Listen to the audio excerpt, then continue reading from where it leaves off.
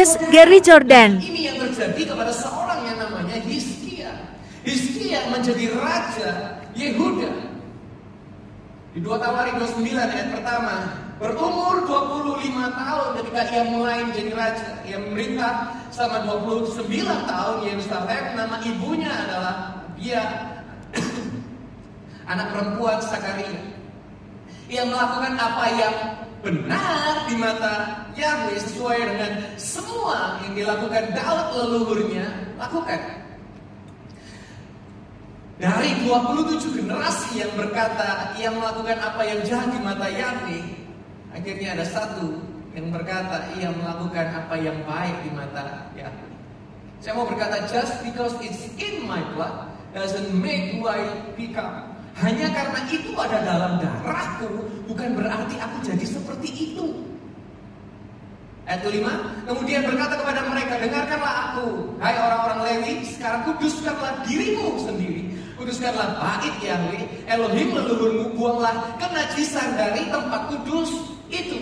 Sebab leluhur kita telah melakukan ketidaksetiaan dan melakukan yang jahat di mata Yahweh Elohim kita, meninggalkannya, memalingkan muka, menjauh dari tabernakel Yahweh dan telah membelakanginya.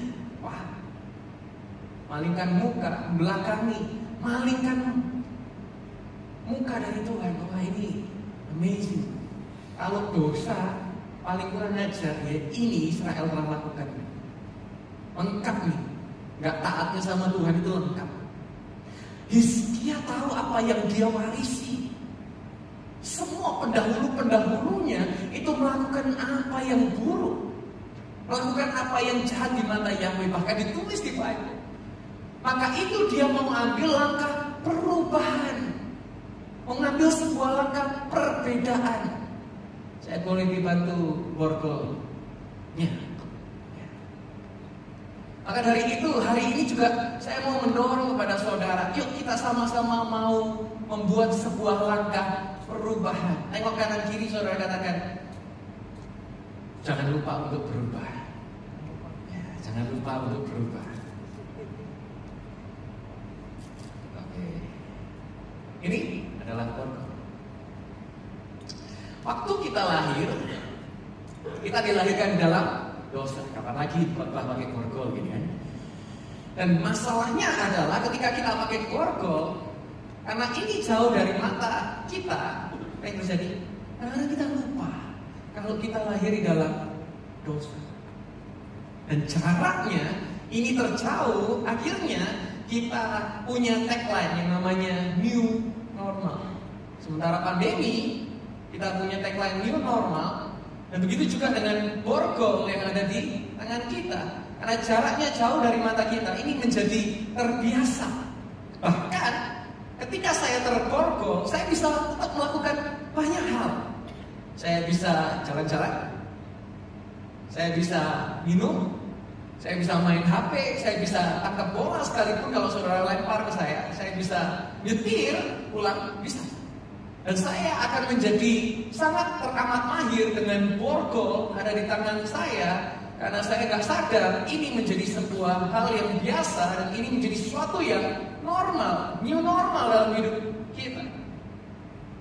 Bahkan sebegitu normalnya borgol ini, sampai-sampai Yohanes 8:33 berkata, mereka menjawab kepadanya, kami adalah keturunan Abraham. Kami belum pernah menjadi hamba siapapun. Gimana engkau dapat mengatakan kamu akan dimerdekakan? Lihat, kami keturunan Abraham. Kami gak pernah jadi hambanya siapapun. Lupa kalau mereka itu pernah jadi tawanan Mesir. Kalau keturunan Abraham harusnya mereka paham betul bahwa 400 tahun Israel berada dalam perbudakan Mesir. Hidup mereka di borgol dan mereka nggak sadar. Itu yang membuat mereka nggak mau lagi dengar firman Tuhan. Itu yang membuat mereka memiliki kerohanian yang nggak pernah bisa bertumbuh. Maka dari itu, hari-hari ini saudara nggak diciptakan Tuhan untuk hidup di dalam tawanan, dan diciptakan untuk hidup seperti ini. Tapi Bible mengingatkan kepada kita di ayat kelima, kemudian berkata kepada mereka, Dengarkanlah aku, hai orang-orang Lewi, sekarang kuduskanlah dirimu sendiri, kuduskanlah bait Yahweh Elohim leluhurmu. Buanglah kenajisan dari tempat kudus itu. Buanglah. Katakan kepada kanan kiri saudara, katakan, buang mantan pada tempatnya. Salah. Buang sampah pada tempatnya. Ini juga tolong dibuang.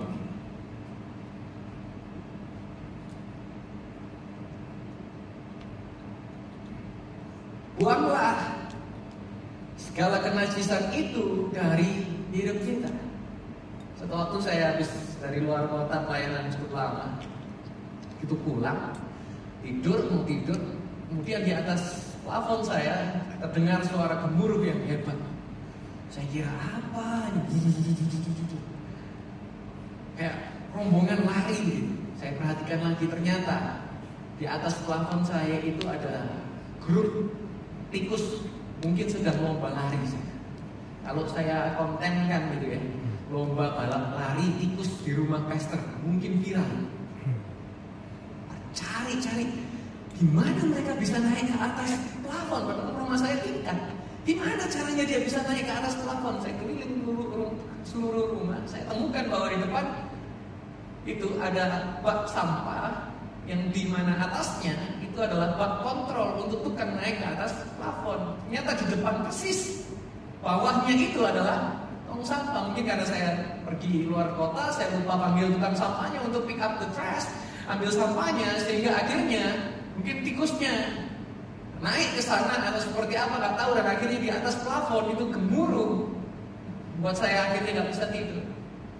Akhirnya begitu saya pindahkan itu tong sampahnya jauh-jauh dari bak kontrol, dan saya sering-sering panggil tukang sampah untuk datang ambil sampahnya, tahu apa yang terjadi? Tikusnya nggak pernah datang lagi. Apa hari-hari ini yang menjadi sampah dalam hidup kita? Ayat 5 tadi dikatakan, buanglah kenajisan dari tempat kudus itu.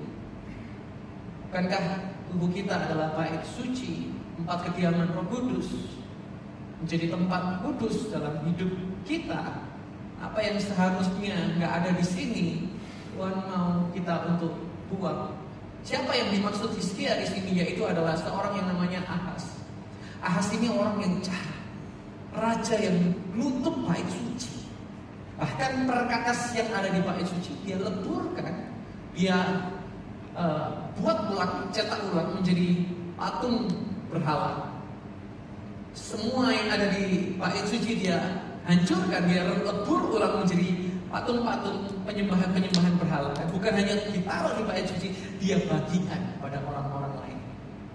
Sampai sebegitunya kejahatan si Ahaz. Bahkan Ibrani 12 katakan, karena kita mempunyai begitu banyak saksi seperti awan yang mengelilingi kita, marilah kita menanggalkan semua rintangan dan dosa yang mudah menjerat, dan marilah kita berlomba dengan tekun dalam perlombaan yang ada di depan kita.